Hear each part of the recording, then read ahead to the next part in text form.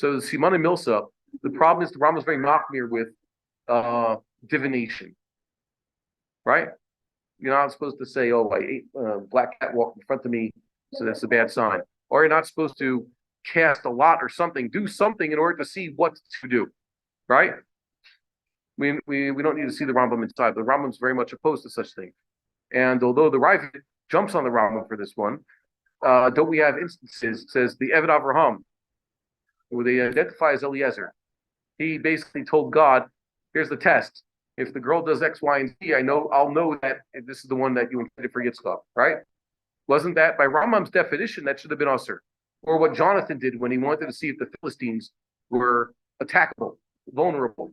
He was going in basically alone, him and his arms bearer. Right? So he did another thing. See, is one allowed to have a standard fabric sukkah? Technically speaking, yes, Ikradin.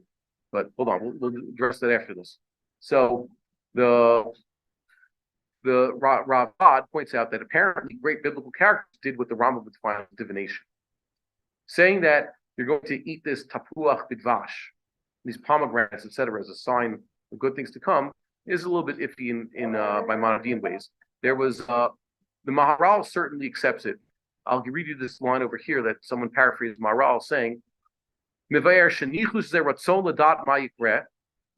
is you're trying to find out what's going to happen, looking at something, roll the dice, whatever it may be, trying to find out the future. A siman means you're trying to make it happen, which the Rambam also says you're trying to make it happen. How will that work?" So there is some certain concepts that he would agree with. What is one thing that I couldn't find that Rambam addresses, that Ramban addresses, that I was surprised I couldn't find it? Maybe someone else can enlighten me, someone studying Rambam a lot. Did you know the case where, let's see the first example, where Elisha Navi told King Joash to open the window and shoot the arrows and then strike them against the ground, right? King Samuel ripped, whose garment was his own garment or Saul's garment, as a sign that the kingdom had been ripped from him. And Ahiyah Shiloni did this again with Yerovam, ripped one of their new clothing.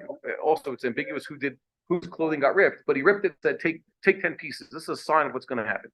The Rambam says very clear more in Nevuchim that when we have that prophets perform certain actions, that was part of their prophetic dream. Isaiah walking around barefoot and with a certain lack of certain clothing, and other things Yechezkel did, and Yirmiyahu Navi, and certain things that Zechariah experienced, and Hoshea's marriage to this Gomer Bas Divlayim, those were all part of their dream. It didn't actually happen. That makes sense.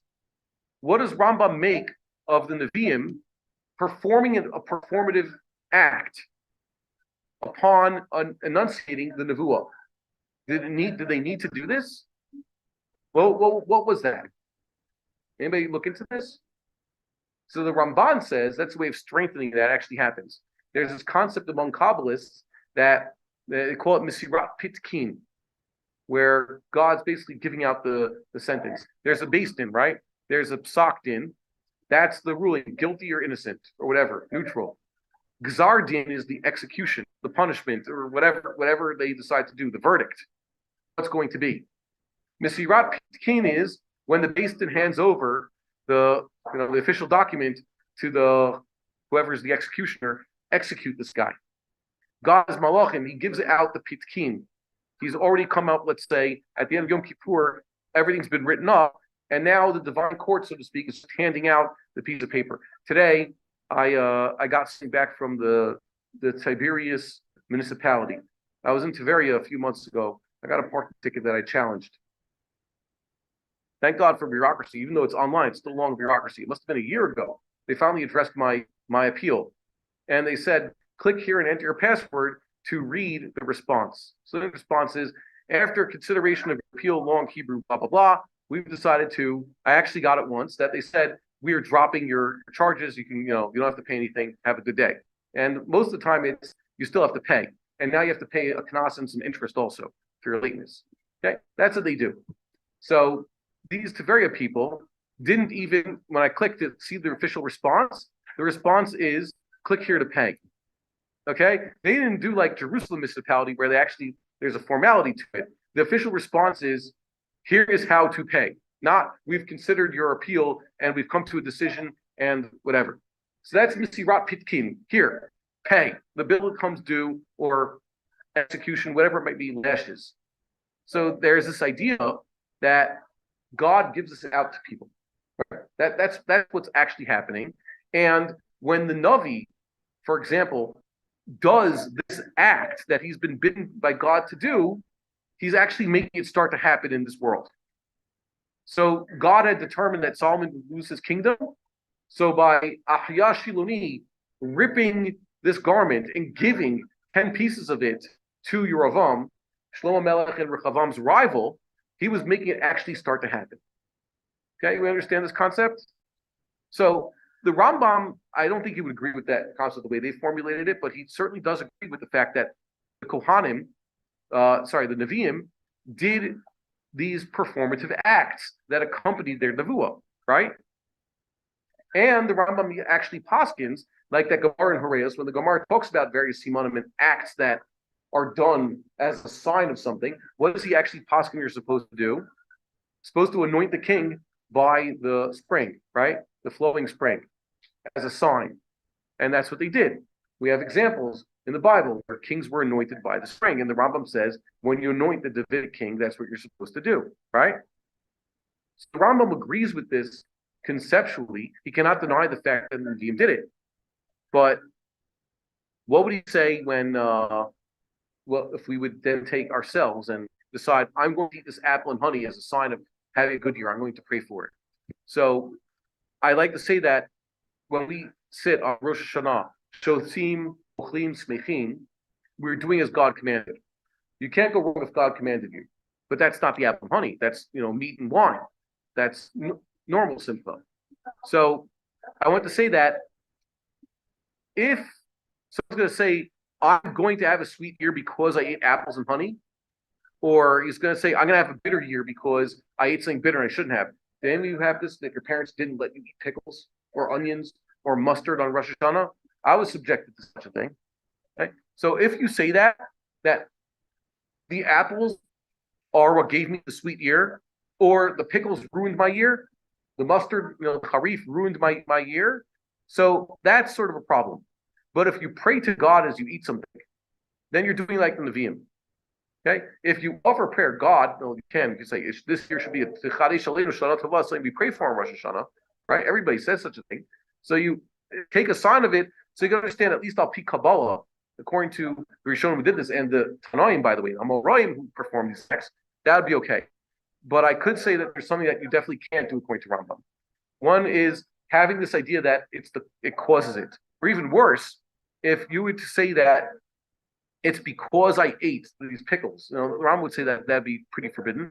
And that's why I think the Rambam would definitely reject out of hand this Hasidic practice of not eating, let's say, what don't they eat? Also gematrios, right? Yeah, egos. They don't eat walnuts. We just would actually, it's kind of funny, we got a walnut crop. I have a few buckets of walnuts lying around the house.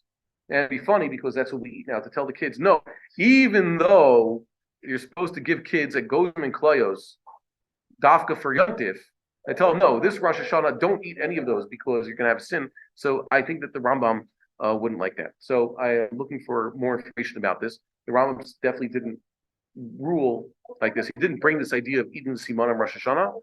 And I would imagine that if you were doing it in front of the Rambam, he'd tell you to be very careful about it.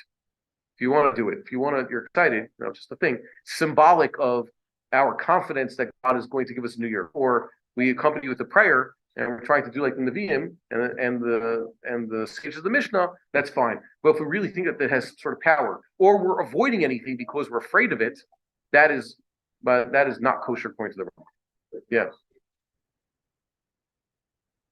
What? Yeah. Yeah. Yes. So there's a problem of bakashos on Yontif, but there are certain bakashos which you can do. Yeah, it's part of the tefillah. Yeah, but even tefillah, Rambam says you leave out the middle parts of tefillah. On Rosh Hashanah, we have different type of tefillah, right?